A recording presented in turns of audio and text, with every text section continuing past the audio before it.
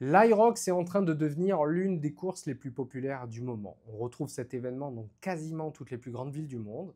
Et cette année, j'ai décidé de participer à l'édition 2025 à Bangkok en Thaïlande, puisque la Thaïlande, c'est là où j'habite, donc forcément, c'était plus simple.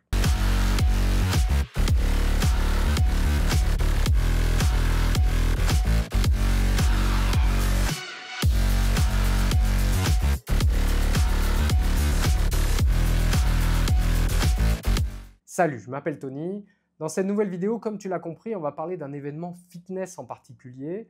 Petit disclaimer avant de commencer. 1. Je ne suis pas du tout affilié à l'Irox, ce n'est pas une collaboration commerciale.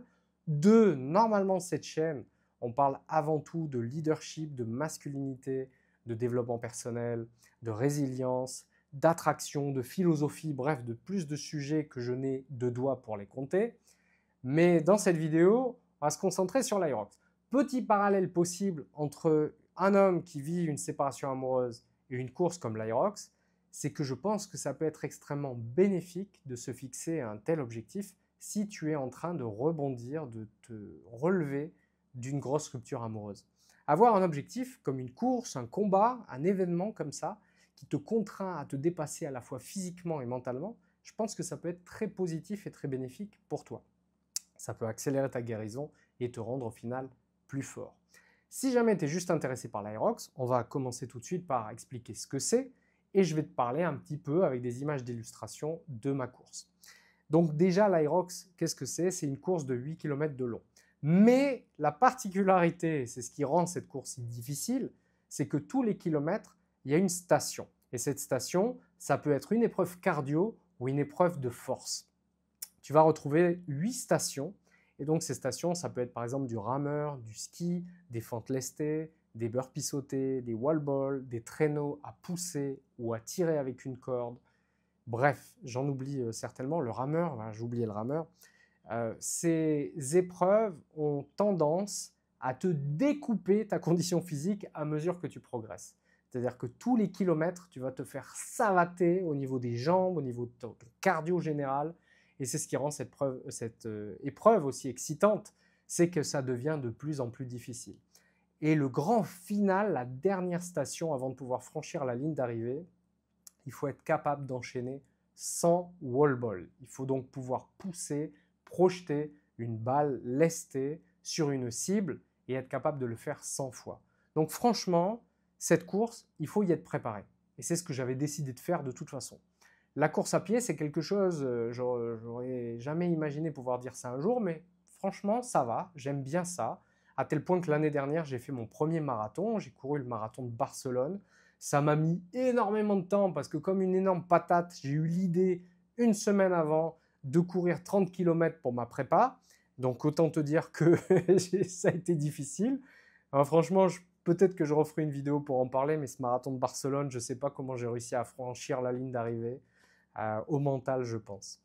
Toujours est-il que pour l'Irox, j'avais donc décidé de me remettre à courir plus régulièrement et j'étais inscrit dans une salle de sport qui proposait 2 fois par semaine des entraînements bien spécifiques d'Irox. Et c'est, je pense, obligatoire.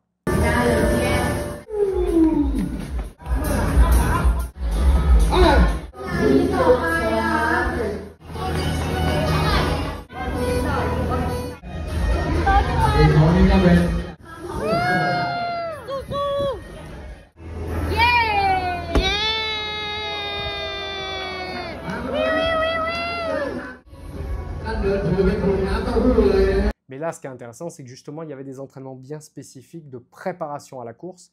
Et ça m'a permis de toucher à des épreuves, à des stations dont je n'avais pas l'habitude. Et ça s'est senti d'ailleurs. J'aurais pu mieux préparer cette course. J'ai été vraiment mis en difficulté dès la première station avec le ski. C'est un outil que j'utilise jamais, une machine que je ne connais pas très bien. Et ça s'est vu sur mon temps. J'ai mis 5 minutes et 10 secondes pour faire le kilomètre requis. Et franchement, j'ai été super lent, quoi. Donc voilà, si je devais me donner un petit feedback, c'est que déjà, il faudrait s'entraîner vraiment mieux sur cette machine pour être plus rapide, plus explosif. Au niveau de la course à pied, normalement, en temps de prépa, je suis capable de courir à peu près 5 minutes par kilomètre. Ce n'est pas un temps qui est incroyable, mais je suis capable de maintenir cette distance de façon régulière et constante. Et c'est ce que je pensais faire pendant cette course. Mais quand tu te lances sur la ligne de départ, tu es avec plein d'autres mecs. Il y a de la fumée partout, ça crie, tu es dans un entrepôt géant, qui était climatisé d'ailleurs. Et je me suis dit, il ne faut pas que je me crame. Je me suis dit que les premières stations étaient les plus difficiles et que le risque pour moi, c'était de me cramer, de donner toute mon énergie dès le début et de ne pas pouvoir finir. Et ça, pour moi, c'était inadmissible, inconcevable. Il fallait que je franchisse la ligne d'arrivée. Donc, en fait, je me suis retrouvé à avoir un rythme de croisière relativement pépère sur ma course à pied et ça m'a fait perdre du temps. Deuxième station, sled push, 50 mètres, traîneau de 152 kg. Johnny, come on, almost there. Almost. Yes, good. Je termine en 2 minutes 50. Franchement, plutôt pas mal. Bon effort contrôlé, peu de pause. J'ai bien enchaîné. Parlons du sled pull. J'ai mis 7 minutes et 18 secondes. Alors, je ne sais pas si c'était moi, mais à Bangkok, j'ai trouvé que, alors, toujours des excuses, hein, mais que la corde, je n'étais pas du tout préparé à ce type de corde. Je ne sais pas, ça a vraiment été galère pour moi. Je n'arrivais pas à avoir de la force, à faire bouger le traîneau comme il faut. Donc, j'ai mis énormément de temps et ça s'est ressenti au général. Run numéro 4, 5 minutes 59. Ensuite, les burpees, j'ai mis 6 minutes et 9 secondes. C'est assez moyen. Mais bon, c'est quand même une bonne régularité.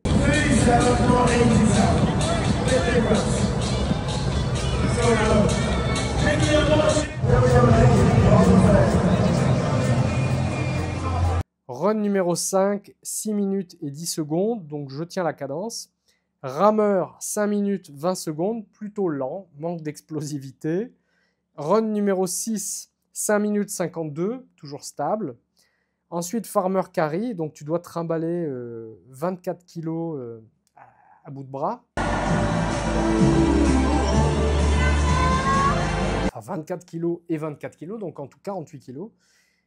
J'ai mis 2 minutes et 2 secondes. Run numéro 7, 5 minutes 44. Je suis même un peu plus rapide, c'est l'un de mes meilleurs temps. Ensuite, on a les sandbags, donc les fentes lestées avec un sac de sable de 20 kg sur les épaules.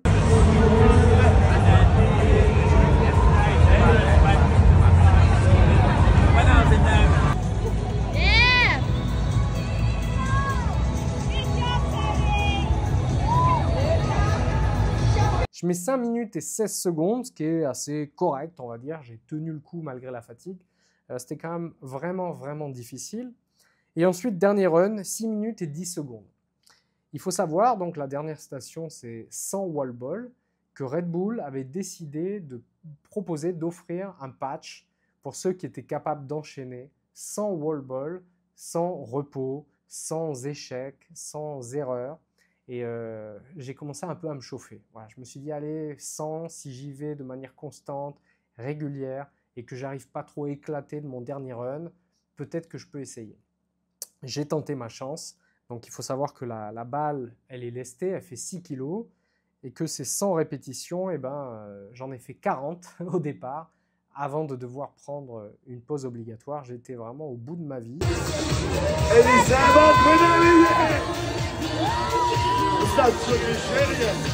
Come on, son! Quick, don't stop! Don't stop! Donc voilà les temps de ma course. Au général, j'ai mis 1h36 et 27 secondes, qui est un temps pour moi largement améliorable. Normalement, mon temps de course est plus rapide. Bon, je ne sais pas pour chercher des excuses, mais tu vois en fait le potentiel de progression. Et c'est ça qui est intéressant avec l'Aerox. Vu que c'est toujours la même chose, toujours la même formule, tu ne peux que progresser si tu continues de t'entraîner.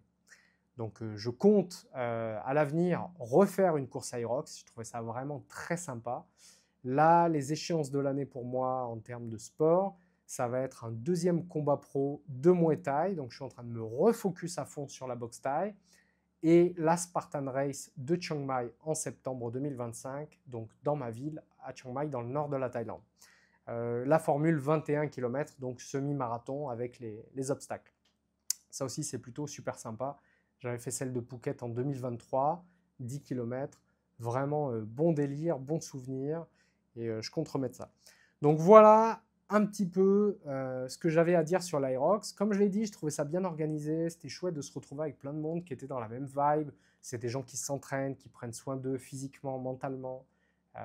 Donc ça c'est agréable, tu vois, des gens qui sont déjà dans une démarche d'amélioration de soi, qui se bougent, qui passent à l'action, qui ont décidé de prendre sur un week-end, samedi et dimanche, de venir s'entraîner, de venir repousser leurs limites. C'était vraiment très bien, et puis tu vois, tout le monde s'encourage, quelque chose de très, très positif. Donc je t'encourage vraiment à ton tour à considérer cette possibilité. Et puis pour finir, sache qu'à Chiang Mai prochainement, nous sommes en train de réfléchir avec 2 copains à organiser un séminaire. Alors séminaire, je ne sais pas si le terme est le mieux choisi, un workshop, 7 jours en mode bootcamp, que des hommes, pour parler justement de masculinité, de leadership, de développement personnel, et t'aider à travers des ateliers à devenir la meilleure version de toi-même, à te reconnecter à ta masculinité. Donc évidemment, pour l'instant, le programme n'a pas été divulgué. On est encore en train de préparer ça, en train de bien vérifier, de faire les choses correctement.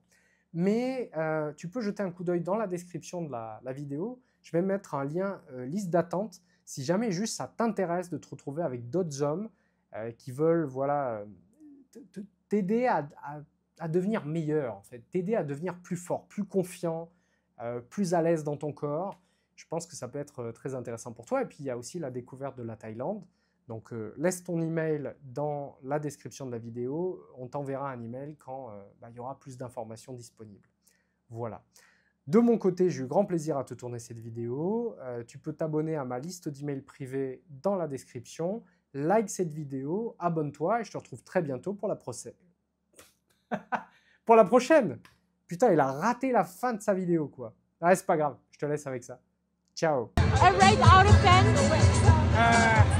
-5.